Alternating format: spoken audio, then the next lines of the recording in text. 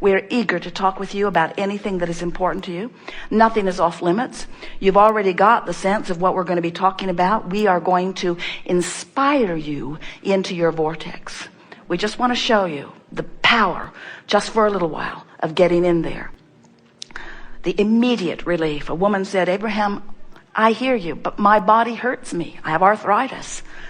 How can I feel positive emotion when I'm in physical pain? And we say, yeah, you can accept the physical pain as your current reality. And you can reach for a feeling of hope. Or you can reach for a feeling of fear. The vibrational difference between hope and fear is the difference between recovery or not, you see. So we get it that arthritis and bad breakfasts are hard to take. We get it that there's stuff happening that you don't want to have happen.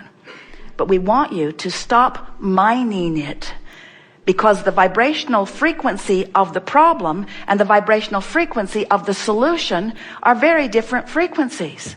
You can't get there from there.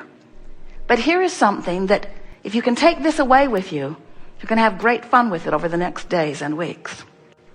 The whole time that a problem is coming into focus, an equivalent solution is coming into focus too.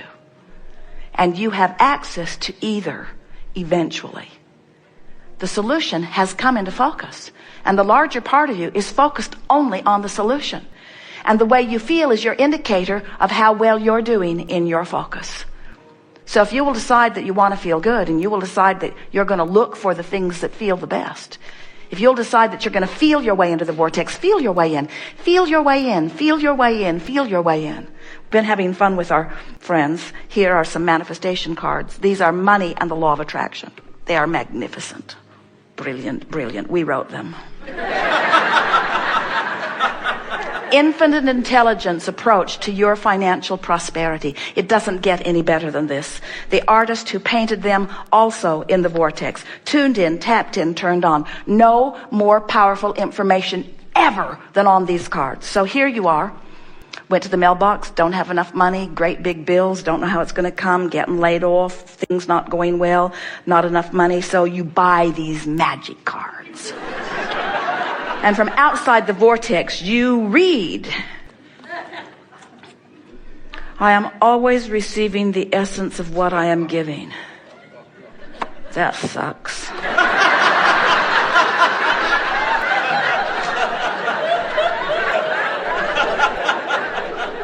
My career is one of creating a joyful life experience.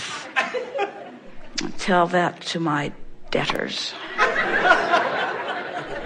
Oh, this is sweet. We are each responsible for the thoughts we think. Who writes this stuff? I can follow the trail of good feeling thoughts. In my appreciation, I allow myself to receive wonderful things. Are these money back guaranteed? Oh, this one. I can create both money and the time to enjoy it. Right.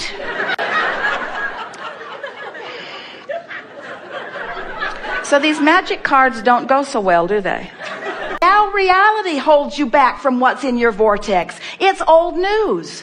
What's in your bank account right now is not up to speed with what's in your vortex. And if you're counting your money all day, every day, you're holding yourself back from what's there. Your current physical status, your physical weight, your physical stamina, your physical condition. If you've got your undivided attention on your physical body, you're holding yourself back from the new and improved one that's in your vortex of creation. Can you hear this? What's in this vortex is more, and the reality that you're living is less. And if we can just convince you to look just for a little while forward, you're going to get a breath of fresh air. You're going to feel a newness about life that is going to be so intoxicating. You're going to get so addicted to the vortex. You're going to get so hooked on the vortex that if people say how many children you'll have, you'll say, it doesn't matter. What do you mean it doesn't matter? It doesn't matter. Do you get along well with your children? It doesn't matter. What's in the vortex is what matters. How much money do you have? It doesn't matter. In other words, we know We're really asking you to take a departure from reality. But friends, you said it. You work someplace where 6:30 a.m., 98.5 FM. In other words, the frequencies have to match up. And the frequency of your manifested reality is not the same frequency of what's in your vortex. And we're just asking you to choose just for a little while. We're asking you to choose the imaginary world. We're asking you to choose the dream world. We're asking you to focus upon that instead of that and just feel it for yourself just for a little while. Lie in bed and think about a relationship with anyone. You could pick anyone. Esther will pick her grandchildren. So her grandchildren, especially when they were really little, were really, really easy to just focus on and go right into the vortex. The older they get, the harder that is to do. They don't want to color anymore. Their interests are changing. In other words, they are finding their own way. They are sifting through their own contrast. And so Esther can lay in bed at night and think about her grandchildren, but when she thinks about the reality of them, she knows Kate misses her. And she knows Kate would iChat 24 hours of every day if Esther would allow it. And so that's an out of the vortex feeling when Esther thinks about that. So when Esther faces the reality that Kate would like Esther to be in San Antonio where she could play with Kate all day, every day, that thought, there's no way that Esther can find any reconciliation in that thought. So when Esther thinks about Kate in her moment of missing her in the reality, Esther gets out of the vortex. So now is the subject of Kate off limits to Esther? Does that mean Esther cannot think about Kate? Well, Esther could poke around in reality and she could find other things that are easier to feel good about, but there's this vortex of creation over here. Esther and Kate have created this magnificent relationship. Esther has a relationship with Kate when Kate right now is 7. Esther has a vortex relationship with her when she's 9 and 10, when she's a teenager, when she's a young woman. Esther has a vortex relationship with her when she gets married, when she has children. Esther has a vortex relationship with Kate that she can focus upon, which will bring Esther bliss in any moment that Esther uses her ability to focus on what's in the vortex. That's what we're saying to you. And if you understand that it's this, the whole message that we're offering here, and the reason that we've spent so much time on it, and the reason that it's so important that we explain it in a way that we leave it in the aligned place, not in the misaligned place, is because you just can't get around something that most humans don't understand at all, and that is you are more non-physical vibration than you are physical. And the thing that is the most difficult thing to explain to you all as you are rooted here in your reality, as you look at the bigness of all the stuff around you, you think that's the main event, and it isn't. The main event is over here in the vortex. And because you think that the physical stuff is the main event, you think that this reality that's manifested is the main event, you give it an inordinate amount of your attention, and you spend too much time trying to fix it when you could just leave it. You don't have to fix it. You've already fixed it. So petting the cat is better than kicking the cat. And petting the cat is better. Petting the cat is better than worrying about work. And petting the cat is better than being mad at your lover. Petting the cat is a bridge. But we're wanting to take you all into a much bigger bridge. We're wanting you to feel the power of who you are. In other words, you could pet the cat in your reality. You can heal the cat in your vortex. In other words, you can appreciate the cat in your physical reality. You can create cats in your vibrational reality. In other words, the hugeness. So we're going to take a segment of lunch, but before we do, let us just ask you some questions.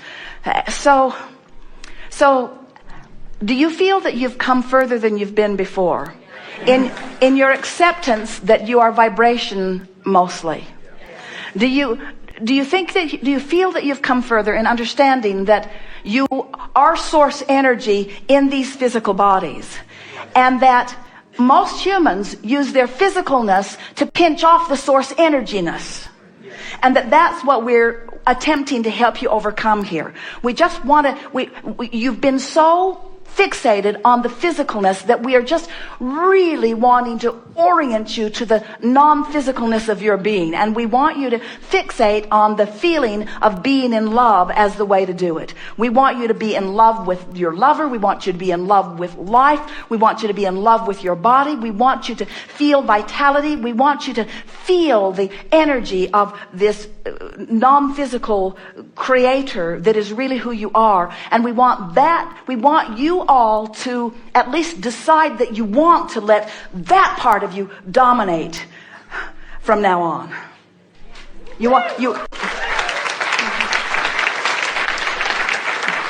to be this source energy that creates worlds, walking around in a physical body, doing it, you see. That, and we can feel that you've come with us, and it's not an easy thing to do. It's not an easy thing to let go of the infatuation of all of this tangible physical stuff. But the feeling of love is so much bigger than that car. The feeling of love, the feeling of confidence is so much more than moving furniture around in a house. The knowledge of the well-being of this planet is so much more than plugging the hole that the oil's spewing out of. In other words, there's so much more for you to feel and know, that you deserve to feel and know, you see. You ought to be walking around shining so bright that people are... Who are you? Who are you? Who are you? Say, I'm Source. Good time for a segment.